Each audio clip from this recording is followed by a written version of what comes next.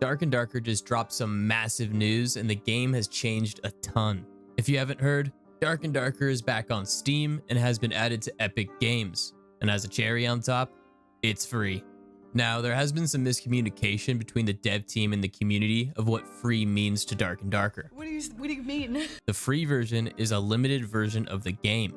The dev team recently posted this to their pages. Basically, it says they're sorry for the misunderstanding of what free to play means for Dark and Darker, and that it's meant to be a free trial. If they made it completely free, it would punish their loyal fans who already bought the game. Since most people want to play off of these popular launchers like Steam, old players would have had to rebuy the game, since giving out free key codes to thousands of people isn't feasible. Instead, they are developing the ability for old accounts to link to Steam and bind the launchers, but it's still a work in progress. Additionally, if it was completely free, there would be a greater issue with hackers as seen in other games. To deal with these issues, the dev team made two account types called Squire and the other Legendary. The free Squire account gives you access to all standard maps, quests, and store items. Pretty much all you can't do is high roller dungeons, which is basically the high risk, high reward mode maps, make multiple characters, access the market, and have a shared stash. So if you like the game and want to upgrade to a legendary account, it's currently 30 USD. For those of you who have been waiting to play Dark and Darker until it resolved its lawsuit dilemma, well, I think it's a thing of the past. The lawsuit being dismissed and the game being added back to Steam is a massive win for fans. What are your thoughts on this? Is a free version like this a good idea? I think so.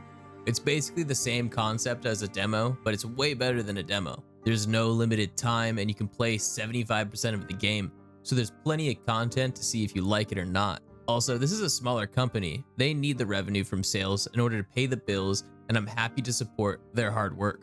If they made it completely free, they would most likely have to turn to pay-to-win items and cosmetic dumps for their profit, which personally, I'm not a fan of. Moving on to the current state of the game has changed a lot over the past year. It's quite the grocery list, so I'm going to shoot these out pretty quickly. They have added quest trees for traders, like finding specific loot and killing creatures. They have added new maps and enemies, like the Frost Giant Berserker and Wendigo in the Ice Caverns.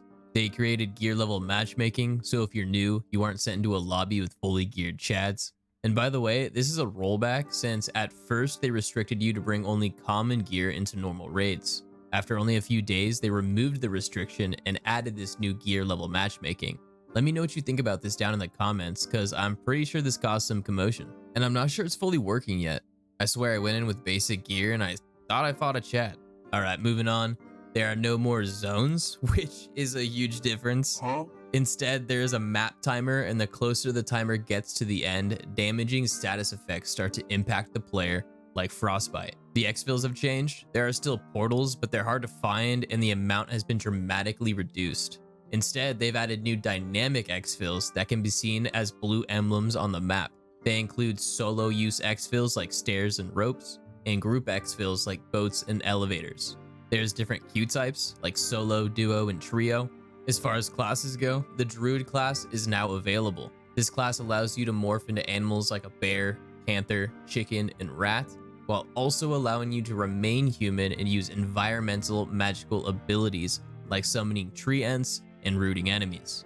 The stash base has also been updated. There's now a shared stash between your characters, and you can buy more stash base with gold. The trader list has been updated. For the most part, they sell the same items as before, but one merchant allows you to buy lost gear after you die in raid.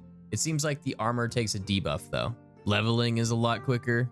You can get to level 20 in like 10 raids. It's really fast now, and the cap has been increased. There's now token rewards that you earn by leveling. One token allows you to roll for 3 random items, but you only get to choose one. There are new races. The full list is now Lycan, Lizardman, Orc, Elf, and Skeleton, all with their own attributes. More emotes have been added to the store, and lastly, there are new ores around the map, like gold and froststone ore. The dev team has been pretty busy over the past year. What do you think about all these changes? The fact that there's no zone is a massive difference that I'm still getting used to. For a little while, I struggled to find exfils since it seems like there's not that many.